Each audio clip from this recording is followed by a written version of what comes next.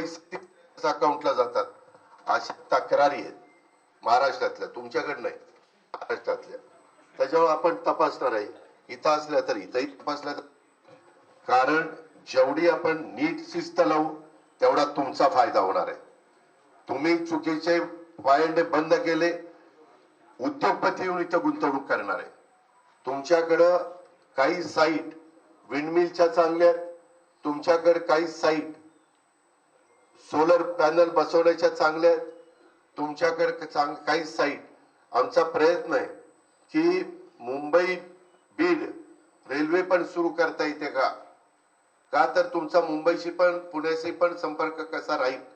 कारण दळणवळणाचा, आता मी येताना ज्या रोडने आलो तो धुळ्यावरून सोलापूर त्याला जाणारा रस्ता जवळपास तुमच्या भागातला झालेला आहे. आता येताना बघितलं गावामध्ये डिवायडर काही अर्धवट सोडले गेलेले आहेत. मेन कॉन्क्रीटच्या रस्त्याला साईड गटरच काढलेली नाहीयेत.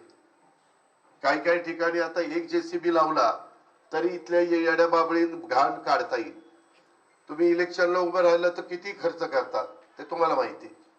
परंतु आपलं बीड शहर आहे, आपलं परळी आहे, आपलं गेवराई आहे, आपलं आष्टी पाटोदा शिरूर आहे, आपलं माजलगाव आहे, आपलं वडवणी आहे.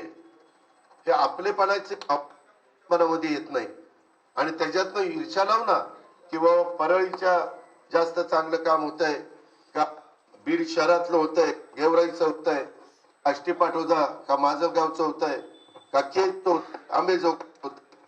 आता चांगल्या प्रकारच्या स्पर्धा, कुठं कामाची क्वालिटी चांगली आहे, कुठं काय आहे. आणि बरेच जण आता काय व्हायला लागलंय, आता सत्ता आली आमच्याकडे 5 वर्षाकरता, लोकांना कळलेलं आहे. हौसे नवसे गौसे आता मला येऊन फार भेटायला लागले. लोकसभेला 3रीकडे होते, विधानसभेला 4थीकडे होते. नाही तुमचाच आरमती तेव्हा कुठे गेला होता, यायला माझा आहे तर नाही दादा मी युतीचा आहे. मग युतीच्या वेळेस उमेदवाराला विरोध का केला. हे असं चालणार नाही. काही दिवस तुमचं वागणं बोलणं अशांचं मी बघेन खरंच दुरुस्त होत आहेत का.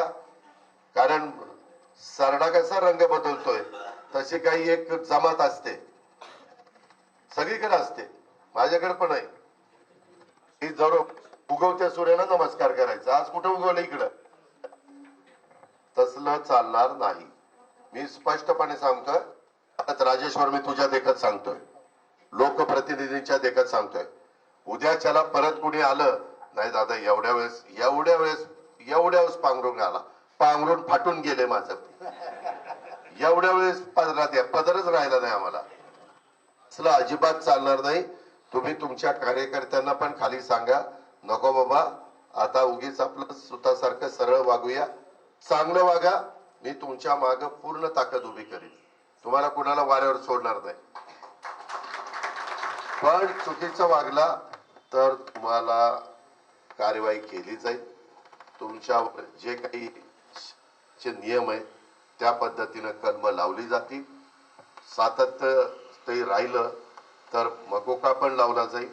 कारण 3-4 केसेस एखाद्याच्यावर लागल्या, 4 एक गंभीर स्वरूपात, तर ते होतं. बाहेरचे गुंतवणूक करायला विंडमिलवाले येत आहेत, त्यांना जर कोणी खंडणी मागितली इथं नाही तिथं नाही, हे कुठं सरकारच्या रस्ते अडवलेले पण चालणार नाही आणि ह्या सगळ्या गोष्टी चालणार नाही. हे मी मुद्दाम सुरुवातीला सांगतो. मला खरं तर वेळ झालेला आहे. पक्ष